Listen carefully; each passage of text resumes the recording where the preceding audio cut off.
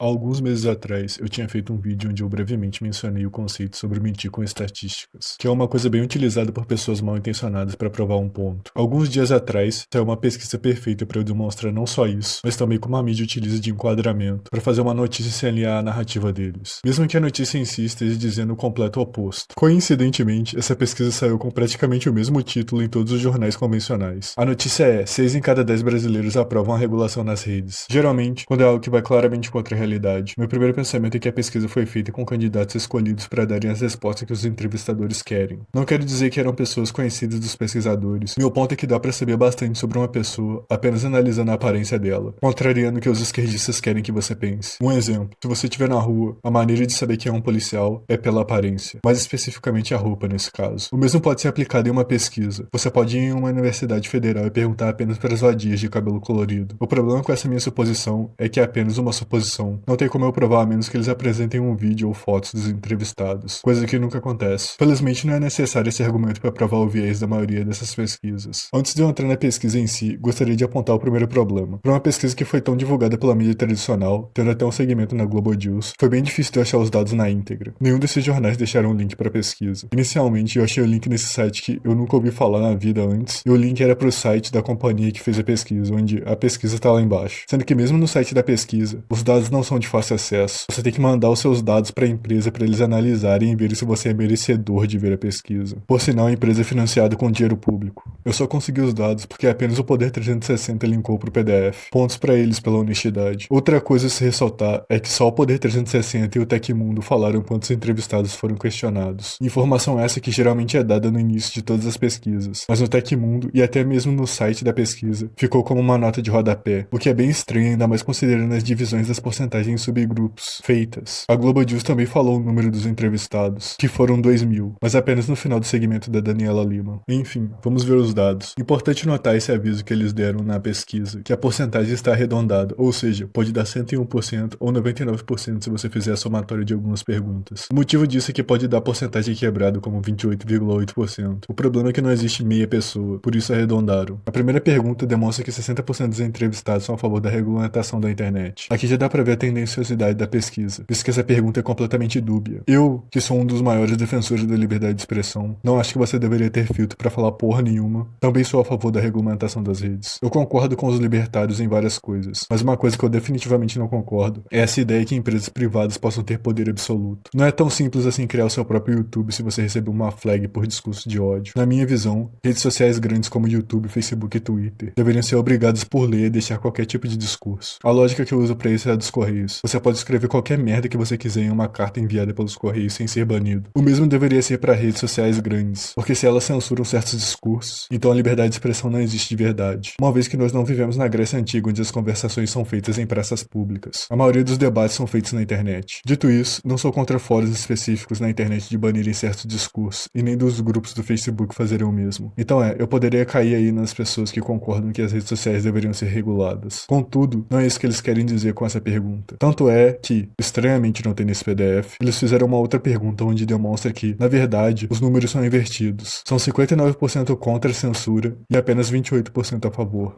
Você provavelmente está vendo esses números da Globo News e se perguntando de onde caralhos eu tirei esses números. Por isso eu disse anteriormente que é estranho eles tentarem esconder o número de entrevistados, principalmente pelo fato da maneira que eles apresentam essa pergunta. No gráfico da Globo News, mostra que dentre 60%, 50% são contra a censura e 46% a favor. Para saber o que isso realmente significa, você teria que tirar esses números do total e não de uma porcentagem. Tirar esses números dos 60% é propositalmente desonesto, porque infla os números. Se nós tirarmos esses números do total, você verá que na verdade são 28% a favor da censura e 30% contra. Juntando isso com os 29% que são completamente contra a regulação, você tem o verdadeiro resultado, que é literalmente o oposto do que é apresentado na pesquisa. Os caras são tão canalhas e filhos da puta que viraram os números a favor deles utilizando retórica. Essa pergunta sobre a checagem de fatos é interessante, pois estranhamente eles não perguntam para as pessoas se a checagem de fatos deveria ser feita por agências. Pode parecer que a primeira pergunta é sobre isso. A checagem de fatos de conteúdos publicados pelos usuários realizada pelas plataformas é importante para combater a propagação de notícias falsas e discurso de ódio na internet. Mas é só a maneira que eles formularam ela. A Fodendo Globo apresentou a pergunta de uma maneira mais honesta que a pesquisa, deixando claro que a pergunta é sobre existir checagem de fatos nas plataformas, ao invés de deixar dúbio parecendo que a pergunta tem a ver com agências de checagem de fatos. As melhores várias respostas que eles obtiveram foram sobre responsabilizar as redes sociais. Porém, novamente, eu acredito que seja mais pelo fato de como as perguntas foram feitas. Imagine que você é um cara completamente draminado e eles te perguntam isso, juntando com o fato que o brasileiro é extremamente positivista e acha que criar lei resolve algo. As plataformas digitais precisam ter mais responsabilidade por suas atividades do que têm atualmente. Sim, porque grande corporação mal. Levei vantagem. A regulação é uma importante forma de combater a difusão de desinformação nas plataformas. Sim, porque desinformação ruim. Vantagem. A regulação é fundamental para enfrentar a disseminação de conteúdos antidemocráticos, discursos de ódio ou de cunho racista, machistas e LGBT-fóbicos publicados na internet. Sim, porque democracia é muito importante. Racismo mal. E mulheres são rainhas. E gay, eu amo gay.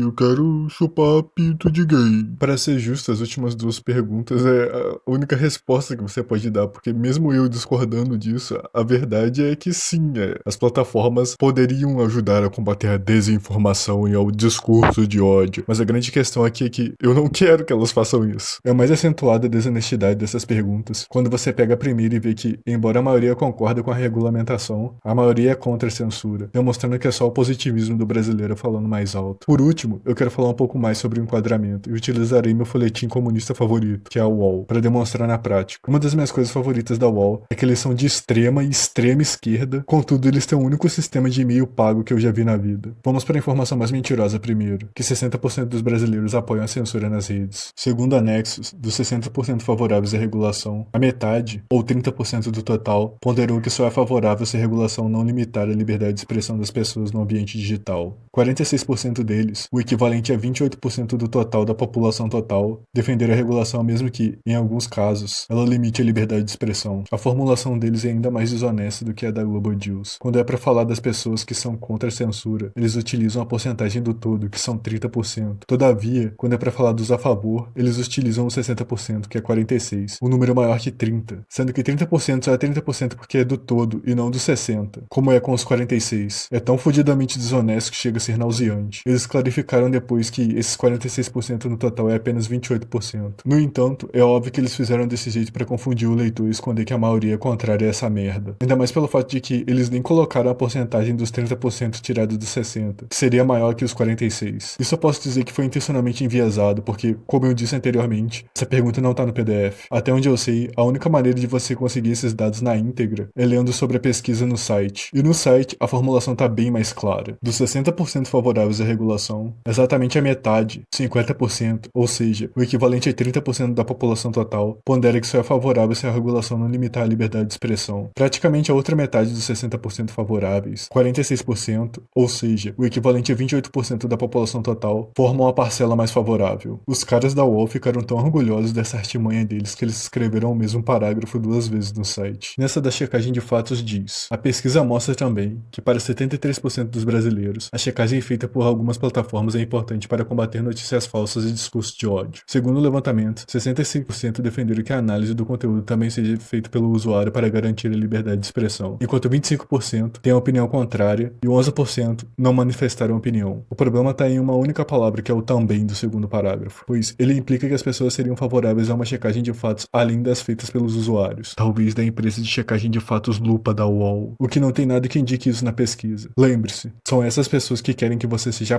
preso por mentir na internet. Se você ainda não está convencido que essa pesquisa é enviesada, mesmo depois de ver que essa companhia é financiada pelo Estado, aqui está a declaração do CEO da empresa fez sobre a pesquisa. Por enquanto, podemos dizer que a narrativa da direita, de que qualquer regulação pode limitar a liberdade de expressão das pessoas, tem ocupado mais espaço no debate, convencendo a maioria da opinião pública. Para se mudar esse quadro, os defensores da regulação precisam encontrar meios para explicar para as pessoas que a regulação não pretende limitar a liberdade de expressão, mas sim combater conteúdos discriminatórios, falsos ou que contenham desinformação, o que é bem diferente. Na visão dele, o motivo dos números mudarem quando a pergunta real é feita não é porque eles propositalmente fizeram a primeira pergunta sobre regulação ambígua, mas sim porque as pessoas são idiotas que caem na narrativa da extrema-direita golpista. Não são eles que estão sendo desonestos com a pergunta, é a extrema-direita que está sendo desonesta com sua narrativa. Acuse-os do que você faz, xingue-os do que você é.